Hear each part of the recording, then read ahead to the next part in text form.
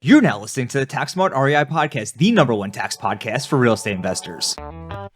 Hey, thanks for tuning into this episode of the Tax Smart REI podcast. This week, Ryan and I are joined with Kenny Simpson, an independent residential mortgage broker and podcast host, to discuss how lenders look at your tax returns, including depreciation add-backs. We also discuss the due on sales clause, subject to financing, where Kenny thinks interest rates are going, popular loan products, and a lot more. If you've ever had questions about how lenders view your tax returns, this is an episode you don't want to miss. We'll be diving into all of that in just 1 minute. After helping over 1,000 investors in our previous bootcamps, we're excited to announce we're launching our next QBO bookkeeping bootcamp for landlords and short-term rental investors on March 11th, 2024. By the end of this bootcamp, you'll have a streamlined bookkeeping system built for your long-term or short-term rental business. This is critically important because it allows you to improve cash flow, ensures you're not missing out on critical tax deductions, and makes tax filing a breeze. This bootcamp consists of easy-to-learn video lessons, 2 live Q&As with our very own accounting expert Taylor Brugna, and a private forum where you get answers to your questions.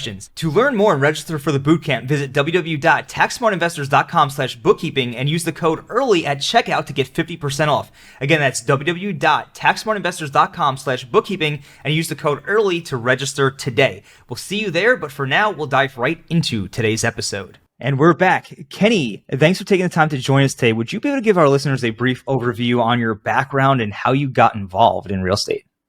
Yeah, thanks for having me on. So the quick story is, because there's a lot to it, in 2004, my buddies were all in real estate and I decided to jump into the dark side of the mortgage business, quickly jumped in and kind of just full-fledged hit the gas running.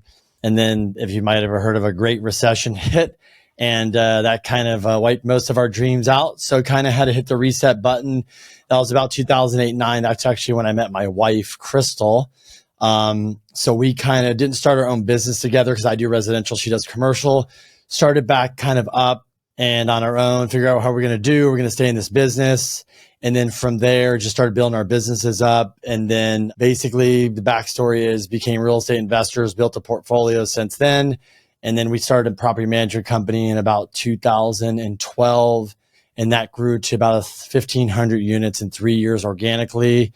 And then in 2017, we said, how the hell are we going to have kids and work 100 hours a week? So we sold that business. And now we're focused on content and we're focused on helping people finance residential commercial properties. And then we're still active real estate investors. That's the quick story in 2 minutes. Thank you for that. It's a great overview, kind of kick things off. So I remember when I was on your show, we discussed a little bit about what lenders look at during the due diligence process in terms of tax returns. And we have a lot of clients out there who do have to send their tax returns to their lenders during that process. So just have a few questions around that.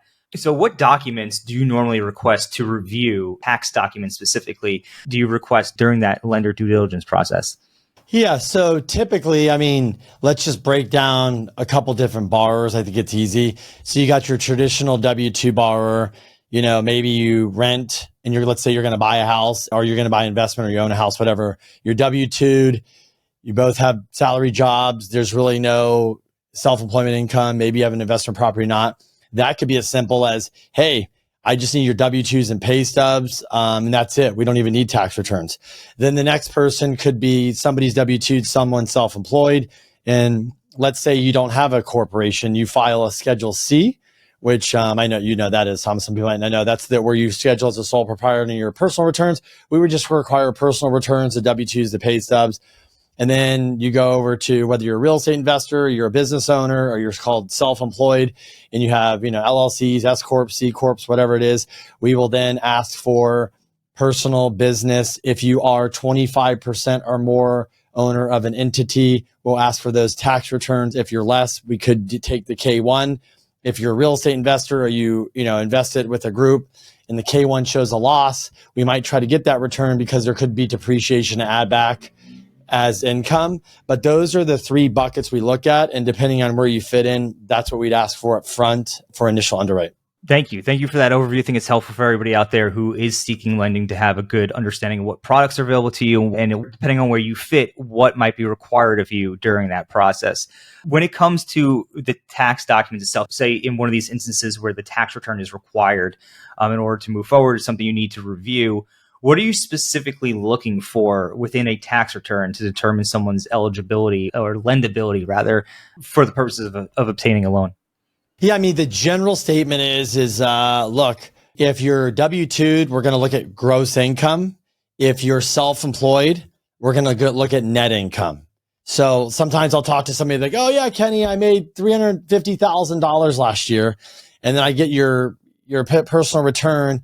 And on the Schedule C, it shows that you made $150,000 because you had $200,000 in expenses. So we're going to take that net profit of, $150,000. That's what we're going to look at. If you have real estate income, this could be a little bit different, but let's say, you have an investment property and it shows income minus expenses. We can add back depreciation. We can add back to amortization. We get more into that if you want to.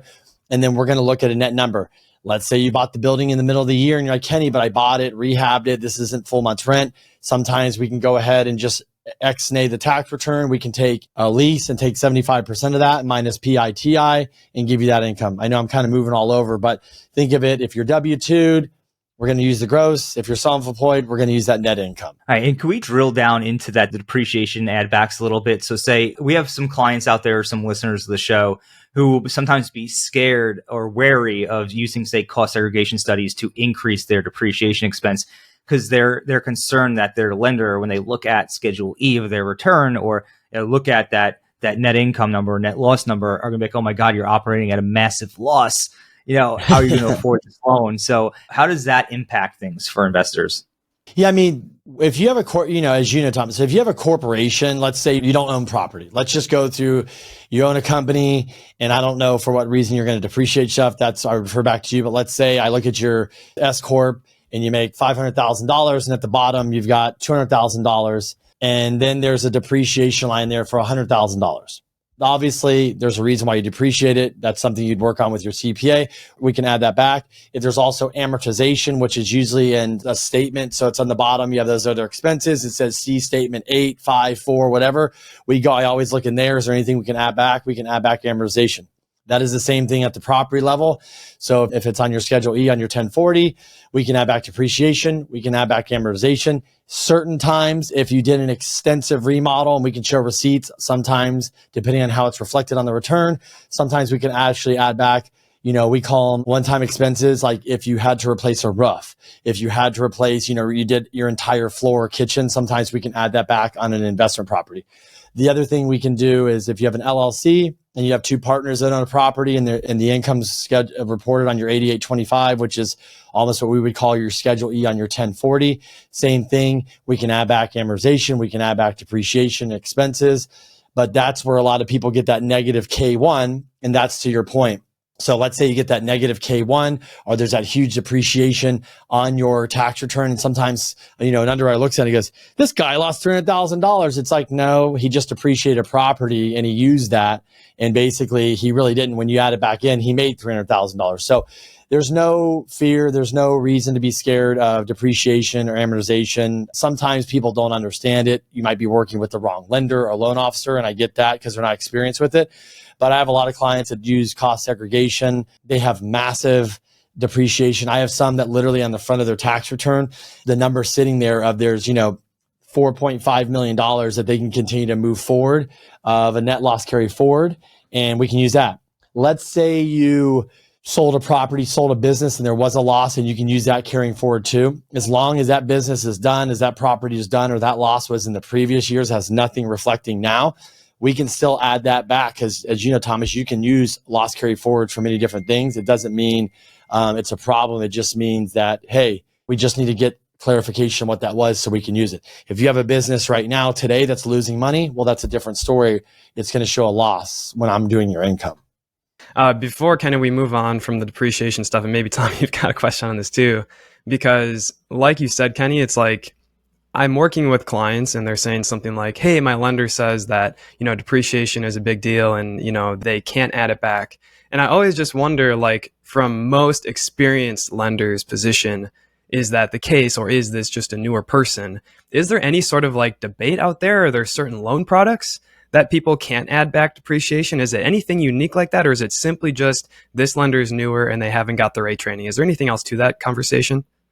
That's a great question. I cannot answer for every bank, in the US, obviously we couldn't, but I will tell you there definitely are quirkiness to certain banks and lenders, mainly on the jumbo loans, that they're just like, they have really weird overlays. And it's like, to you and I, you're like, that doesn't make sense. And even otherwise, like, yeah, I agree. This doesn't even follow Fannie and Freddie guidelines. But what I tell most people is banks will have a general sense or a guideline of Fannie and Freddie products. So Fannie and Freddie allows this all day, right? That's the biggest buyer of mortgages for 1 to 4. So they allow it, and most banks will go off that. Could they be a little bit more conservative on some stuff? Sure. Or more aggressive on other stuff? Absolutely. Even the non-QM market where you're doing DSCR or bank statements and things like that, they're still following the guideline because it's an easy base to follow. So, but as far as like adding back, it would be very rare that you couldn't.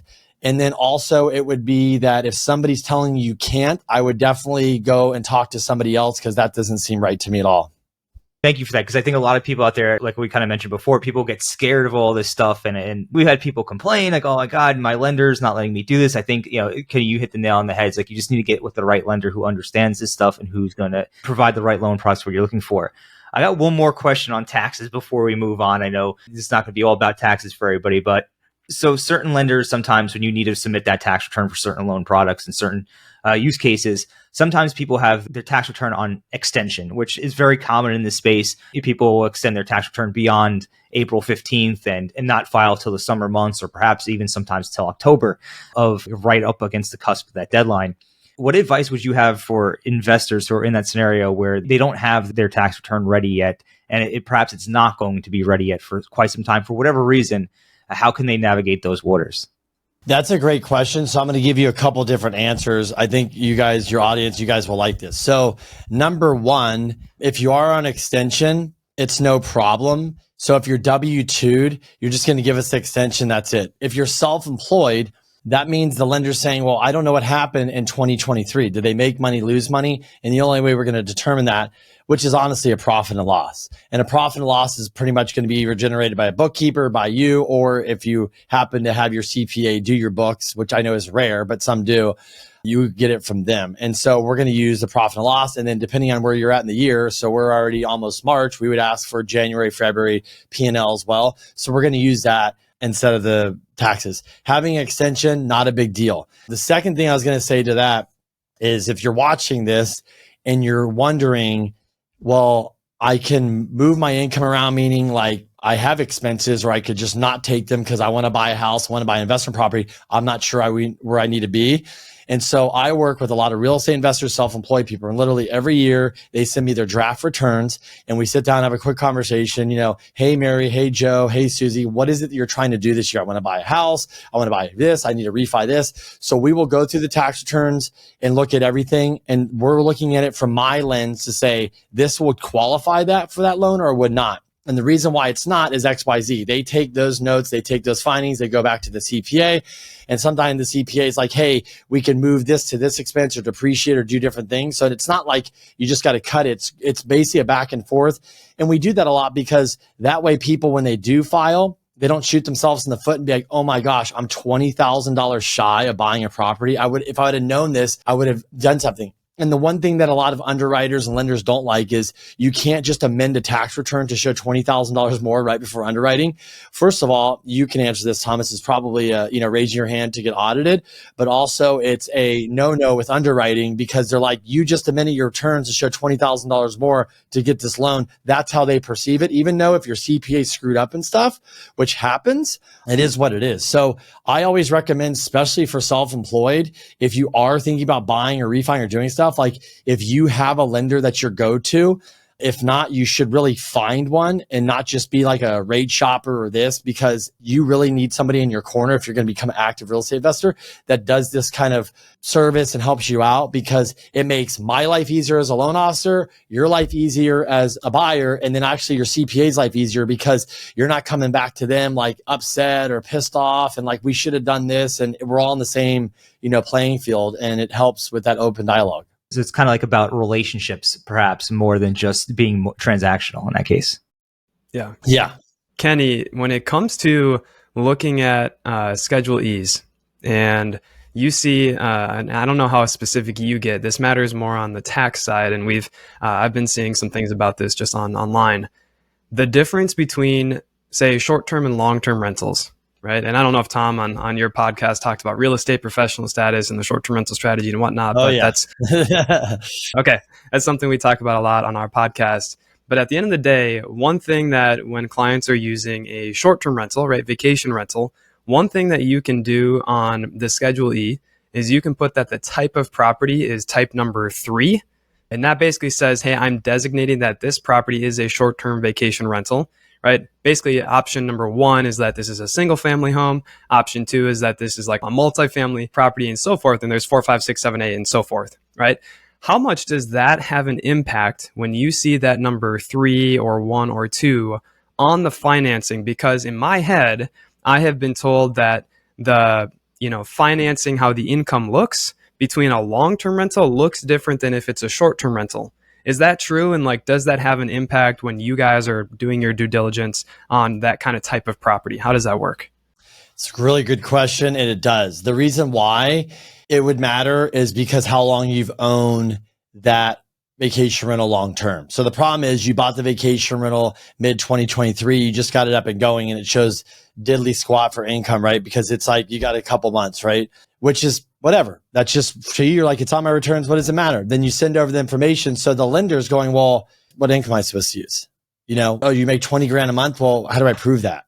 So I always tell people, when you go back to it, the underwriter's looking for confirmation. They're looking for, okay, your salary, 200,000. Cool. I can back that up with a W-2 and a pay stub. It's on your return. Oh, your business makes net income of $250,000. Well, I see it here.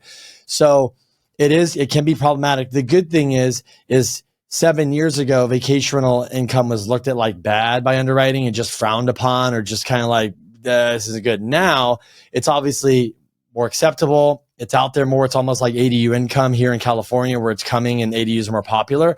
So they really want a 2-year history, like you're running a business. That doesn't always work. A 1-year history you can get away with. But the good news is what they might have to do is they might have to whack you and say, hey, we're only going to be able to give you the long-term rent. We're going to have to get, what the rents are and stuff like that. So there's some ways to work around it. That's something you would want to talk to your loan officer. They would want to write an underwriter and come back with you. But if you have a long-term rent, like I mentioned before, it's much easier. Let's say you bought the property same time in the middle of the year, you got it fixed up and you rent it out and you show 2 months on there. The underwriter can say, just give me your lease. I'll take 75% minus PITI. We're done. And so it can be problematic, but it's a lot easier to get around. There's Air DNA. Maybe this property was run like a vacation rental when you bought it before.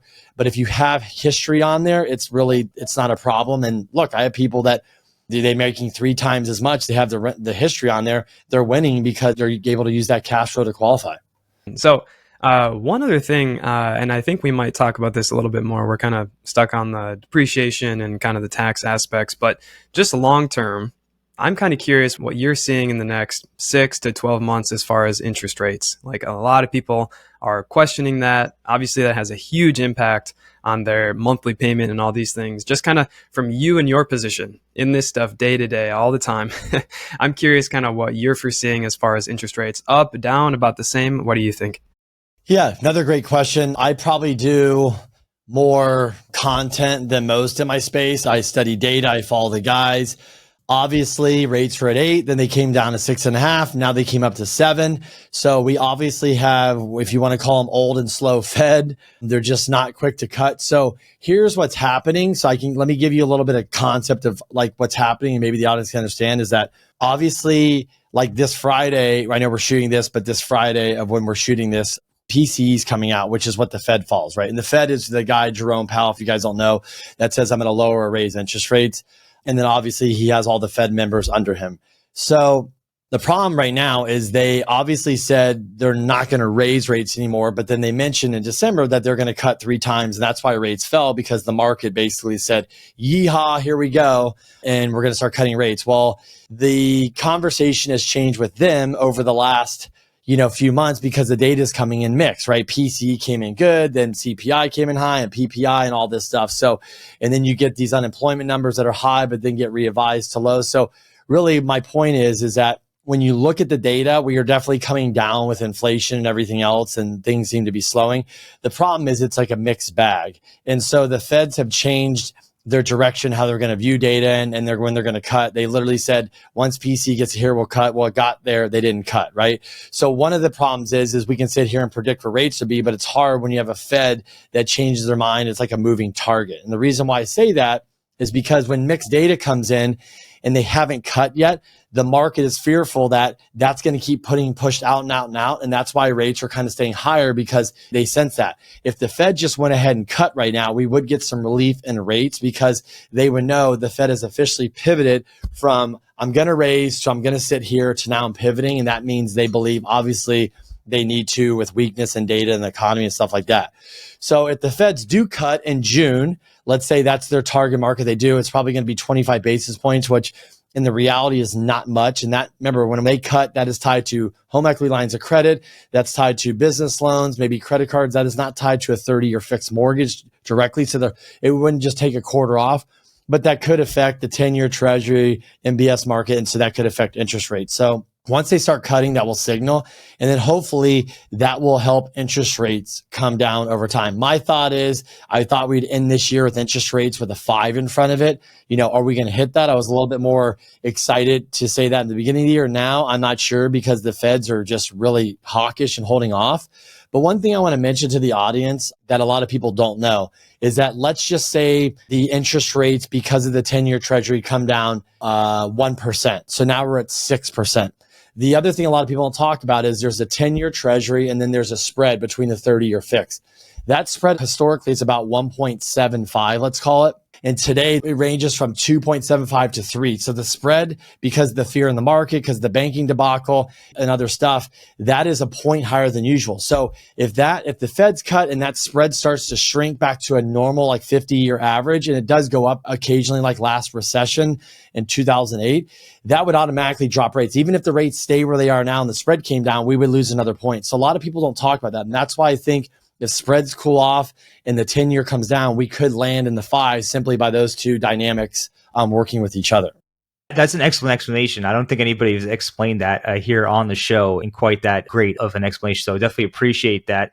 But it kind of sounds like it kind of all hinges here on the Fed and what decisions they decide to make for the most part, because that could kind of both help reduce the rate, but also stabilize the market, it sounds like, so that spread could come down and ultimately reduce interest rates.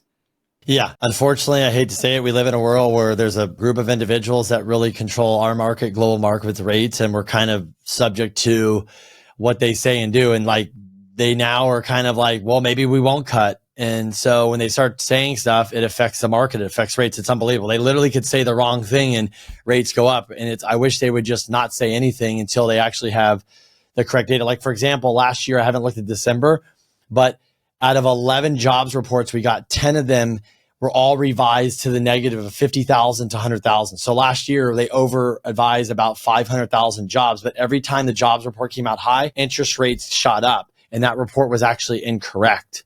So it's frustrating because reports, data, what people say, it affects. So if you're buying a home or buying an investment property and you happen to be in that particular time, and you could get screwed by not locking in, and the rates could have moved up a half a point, and you're like, son of a gun, this has changed my investment thesis or changed my payment. So it is frustrating for real estate investors or home buyers. I could agree with that. I wish sometimes they would just be quiet, and if you're going to release something, do it.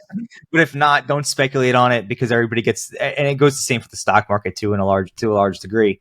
I know we talked a little bit about products here that are available for different investors here today, a little bit on the show, but kind of want to get your take. Are there any particular products that are popular today or perhaps advantageous today that investors, let's just say in the long-term rental space, should be looking to use? Or is it just the traditional products?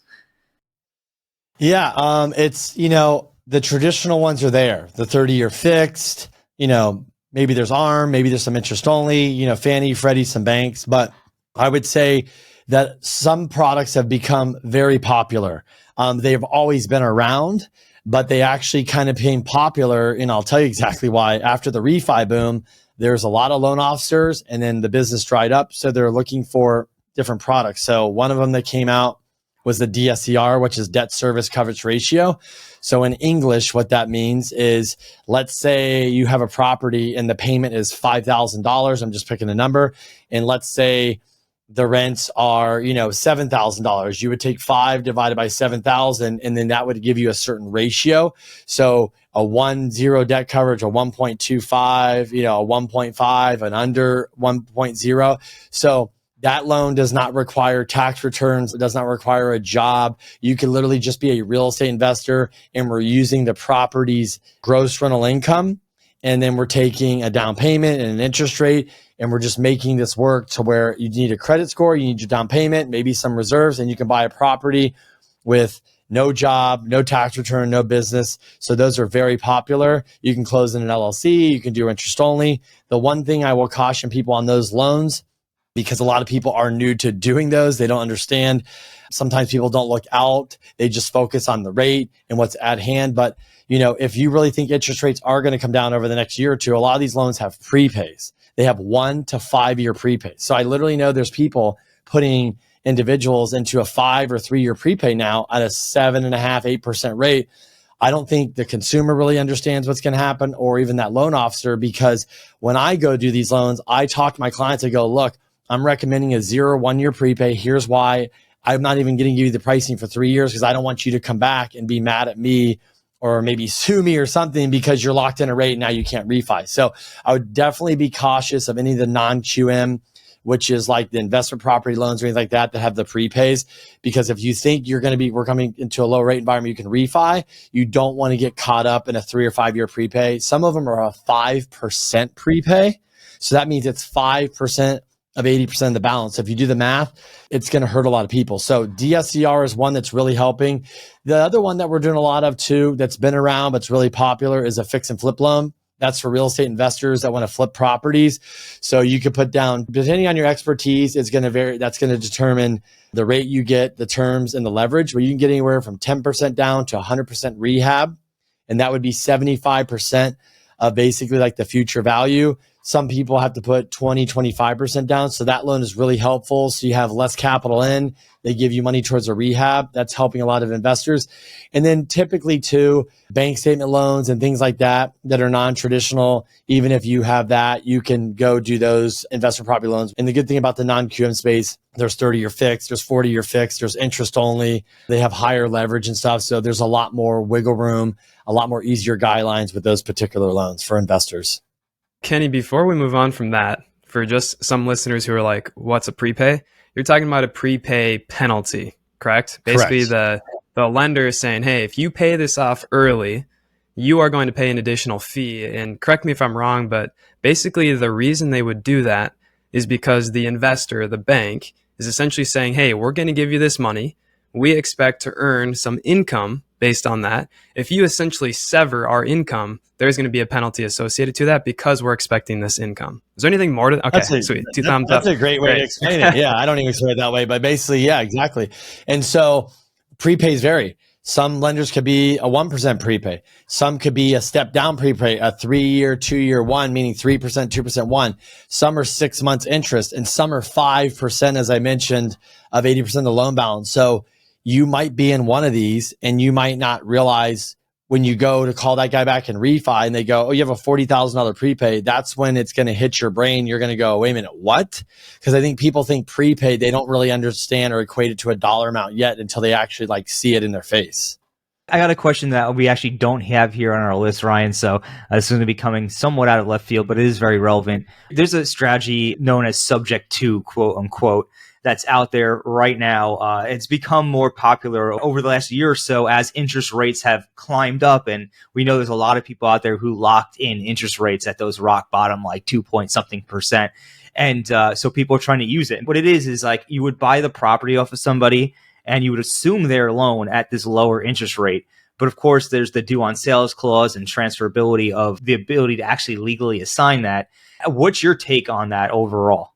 So I think there's a couple options there. Number one is you could assume a loan. The only loans that are really assumable, Fannie and Freddie does not allow it. I have heard that if you're getting a divorce, they might consider it because I had a client do it, but I thought that was rare. They went through. FHA, you can assume the loan, but remember, FHA, if you're buying the property for $750,000, I'm just picking numbers, and they owe 500, you have to put that money down. So as much as the rate's low, if you don't have it, it's not going to work. And then VA, you can assume a VA loan, but the problem with the VA loan, if you assume it and you're a non-veteran, active, non-active military, that VA is actually giving away their ability to go use that again. So that might only be really useful for somebody that's in the military. But let's say, look at two. There's assuming the loan. The good and the bad of that is obviously if you can go through and make it work, you can assume a two, like you said, 2.5%, 3% rate. Good, right? The bad news is if you're trying to buy a property, some of those assumptions I've heard can take 60 days, 90 days, up to 6 months. I had a client assume a loan took 6 months. So that's is somebody going to sit there for 6 months? I don't know. The subject to ones are kind of like the Pace Morby of the worlds that, are doing, where he'll go buy a property and he puts the title in his name. He doesn't actually go on the loan or take over the loan. He just makes the payments for you. So obviously there is a due on. So if the lender finds out, they could call you and call the loan, meaning saying like, you got to change the title back or pay it off. So you might have only bought that property and gave that person some money down or something because it's only a good return with a 2.5% rate. Look, if you can get away with it, it's probably a great strategy. The problem is that a lot more people are doing them, as at some point these servicers get smart and start saying, hey, why don't we hire a bunch of VAs to go through and check all the title and see what's wrong and start calling these all due or change back the title. So you could own a bunch of them and you built a business and you get flagged and they could screw you if you can't refi them out. So I think it's good until everything else. So it's not good. All right. Thank you for clarifying that, because I know there's a lot of people out there doing that. And I think sometimes people get caught up in the hype around some of these strategies and just fail to understand the risks that exist when using some of these strategies that aren't always above board, right? If you're doing things kind of under the table like that in some cases. So I really appreciate that. And assuming loans is not bad. Like on the commercial side, people selling multifamily or office or something right now, they want to go buy a building. There's people locked in on a really good, rate for an apartment building that might be locked in for 7 years and they're willing to buy the building. So people are assuming commercial loans. So some assuming loans and stuff has been around for a long time. It's not in the commercial side. It's very common to assume, especially now you're going to go assume a 10-year interest only Freddie or Fannie Mac big apartment loan. That's the only way you're going to buy the deal. That's standard. So it's not bad. It's just on the resi side, it really gained popularity, obviously, because rates are high and rates were low. So a lot of people are like, is this real? Is this normal? But it's not like it's uncommon. It's just more common in the commercial world, I'd say. But lately now it's becoming, and I think I read a statistic. I think there was like 7,000 loan assumptions or something last year. Not as many as we'd think. So yeah, signing loans isn't necessarily bad, but it's like when you have a loan that you're unable to assign, right? Because it doesn't allow it. And then you're going and doing some other maneuver. That's when it can become problematic for you. Should the banks find out? Should the banks start calling the loans? Should the banks start making those types of moves? Yeah, just think about it. If you're a lender and then you found out the guy that's paying you that you made the loan with doesn't own the property anymore and somebody else says, and then somebody else is paying you, but you're kind of like, well, what is this? If the guy has no skin in the game, well, what if he just bails on me? Could I just lose? So, you own a home, but also the bank owns you if you own a mortgage. So it just gets kind of confusing. Like we said, it's not a bad strategy, but if you got caught, what does that look like when you have to unravel it? Would you even buy that property? I don't think a lot of people would buy these properties if they didn't have those low rates that they were getting, right? Wouldn't make sense. Yeah, one comment here as we're talking about this, and then I want to actually ask one more question here, because I have a friend, just talked with them a few weeks ago. They are trying to assume a loan, and I can't remember if it's FHA or VA loan. And it's funny that you said it's taking up to 6 months. That's exactly his situation. And just from his perspective, it's kind of like, why is this taking so long?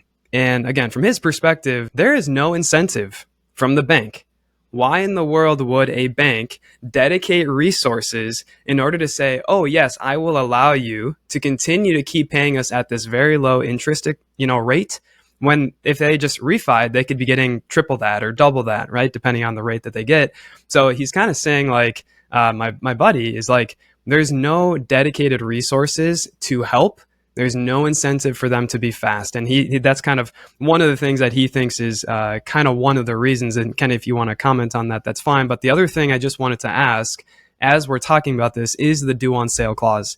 That is such a common question that I get with clients, especially as I'm talking to them about doing a quick claim deed into an LLC. They're like, oh, what about the due on sale clause? So I would love, and I think our audience would love to hear from a lender's perspective, what do you guys foresee as far as how often that happens? Is that really a major risk? And so forth. So give us your comments on that. And if you want to talk about the incentive thing too, that's great. Yeah, back to the assumption, just be honest, they're kind of a pain in the ass. It takes forever. For example, when I started hearing about assumptions, I started calling around to, I'm not going to say who they are, some major lenders and asking, can I talk to your assumption department? I just want to get educated. Did you hear that? Yeah, nothing. I heard nothing back. They're like, we don't really have the department. Yeah, we need to get back. I'm like, wait a minute, what? Like, guys, you're going to them. There's like some quasi department. They, like you said, they really don't want to do it. There's no money in it for them. They're like paying people over here to do like busy work. And like you said, it's not a revenue generating thing. So why do they really want to do it? So I think they make it hard. I think they make it complicated on purpose because it's a pain in the ass, right? And then what was the other question? Sorry. Due on sale clause. Yeah, I mean, look, there's a lot of reasons you get due on sale. A couple things. You can buy property, FHA for a unit and say you're living there. And sometimes they'll be like, somebody might come out and knock on the door and say you're there. You're like, yeah, right. They send people out all the time, knock on the door, and they're going to go, hey, where's Susie? Who's Susie? She doesn't live here. Oh, we rent from her. Oh, no, we're all renters. They can say, Susie, you have 90 days to get back in the house, or we're going to basically call this note. You got to refi us out. So there could be for that. There could be for letting somebody else, put the title on the loan and pay the mortgage. So for a lender, why they would do that is because it's either A, what they lent the money out for was not what the agreement. You broke that agreement. That's what they're saying is, and they have a right to say, pay me off then. Like maybe it's added risk, added layers. They don't like it. And that's why they put it in there for protection. So it's kind of weird. You mentioned that because I had a friend of mine in the business. She reached out yesterday saying that a lender that she did a loan in 2018 just called the note because something with the ownership changed in the house and this much later. So it was kind of very weird. So weird things can happen. So one of the big things I'll give you a couple reasons. If you move into a property and let's say you're supposed to move in there and then you automatically move in and you go, oh, I'm not going to live there. And then you change your mailing address back to your old house. That is a red flag that they're going to be like, why would you have your mailing go back to your old house when you're supposed to live here? That's a red flag for due on sale clause. If you have a property and you change it right away from your name to an LLC, they just think like investment property, red flag. I'm going to, call the loan. So things like that can trigger like some title changes or they get a check maybe from somebody else. So these are the things where lenders look at and they go, this doesn't make sense. A lot of times they're going to ask and question, like, why did you do this? And if explanation they don't like, they could basically come in and say, we're going to call this. I had a client that did buy a 3-unit owner occupied FHA. He put it into an LLC. He was living there. And then they said, hey, why'd you change this? He called me freaked out. And I said, well, you got to tell him you're advised by your real estate attorney or whatever to put an LLC because you have tenants and protection. He goes, oh yeah, okay. And they're like, okay, good, no problem. But if he wasn't living there or they drove by, that could be a different story. So I hope that kind of helps a little bit understand like it's really a liability and you breach the contract of why they can call the loan. And it could be the same thing on a commercial property too, for different reasons. Yeah. And so you would actually recommend that if people are going to do a quick claim deed out of their personal name, say they got the financing in their personal name and they're thinking, hey, for liability protection, I'm going to move it into an LLC. You would recommend that they kind of proactively reach out, or would you just say like, sit back and let them send you a letter and then respond? If they do send you a letter, they probably want to make sure that if this wasn't owner occupied property, that's probably, they think, oh, LLC, you turn it into investment. After a year with Fannie and Freddie, you're allowed to. But if you just did it a month later, they're probably going to want some verification you lived there, like electric bills, mail. So if you can say, hey, I did this because I wanted to, here's all my mail, here's the proof, no problem. They're probably fine. But if you can't produce things, they're not dummies. They'll start pushing forward. And then, they can definitely, what they could say is you have 90 days to move back in. And if you're not, you might have to refi or something. So it just, proactive. I don't think I would do that, but be ready if they do reach out. If you're actually not living there, it could cause a problem. I think we're coming up on time here. Before we kind of go into the final question over here, is there any final parting words you'd want to impart on the listeners before we wrap up?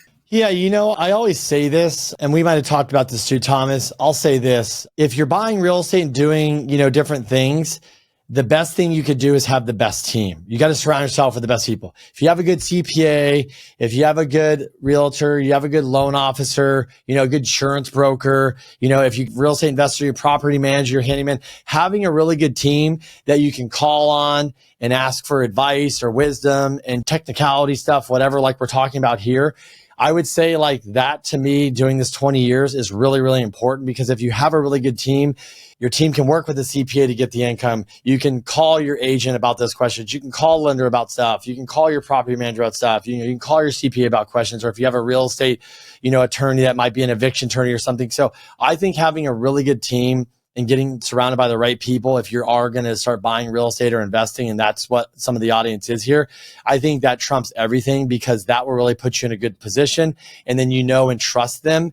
And then they're giving you the right advice. So sometimes it might not be the advice you want to hear, but sometimes you're like, well, I'm glad they gave it to me and it got me out of a bad situation. Or I went to them and they actually got with my CPA and we worked on my income, and now I'm able to buy that house or able to buy that investment property. So I just think that's like super important, and probably like the best advice I can give in general to leave you guys with. That's a great tip. I hope everybody took a note there and works on building their team, surrounding themselves with the right people. That could be super important for growing your business and you also as an individual. So Kenny, I know you do help people obtain loans. Would you be able to give our listeners a little bit about who you can help and then where they can find more information? Yeah, a good way to reach me is simpson-team.com, or you can just go Kenny B. Simpson at Instagram. Check me out. Send me a DM. I basically work finance 1 to 4 unit properties, whether you're a first-time home buyer, military, or you're a seasoned investor, self-employed investor. I'm really good at those. My wife does commercial for 20 years, so I deal with a lot of real estate investors, especially here in California, very big and small. So I know complicated tax returns. And obviously, Thomas, we had a podcast, when I was asking you a lot of probably difficult questions that maybe some people don't understand, but it really was helpful for people to understand, for the audience. So I dive into those, and I wanted to get your take on stuff. So anything I can help, and just my background in managing and owning and buying real estate and all that stuff is just with experience. It's like, I always say I'm like an encyclopedia. I just have a lot of knowledge and what's going on. And that's just because I take pride in what I do. And just like you guys, you want to put out content and help people out, because, the more we can help out, it just makes life easier for other people. No, absolutely. Thanks for providing that. You also have a podcast too, Get in the Cash Flow Game with Kenny Simpson. I imagine that's got to be out on all major podcast platforms. Yep. Get in the Cash Flow Game with K&K. Yep, for short. And then, it's on all the stuff. We've been doing that for a while. Talk mainly about real estate investing and strategies around that. All right, awesome. So we'll go ahead and drop that into the show notes for everybody who is listening. Kenny, I want to thank you so much for joining us. And just as a reminder to everybody out there who's listening, if you are looking to build your team, if you are looking for a real estate CPA, we are accepting clients for the 2023 tax year as well as 2024. You can learn more about that at www.therealestatecpa.com. Click that big Get Started button. You request initial consultation to get the conversation started. And also, if you are a CPA EA listening to this show, we are hiring tax advisors. You can go ahead and apply today at www.therealestatecpa.com/careers. Thanks again, and we'll catch everybody on next week's episode of the Tax Smart REI podcast.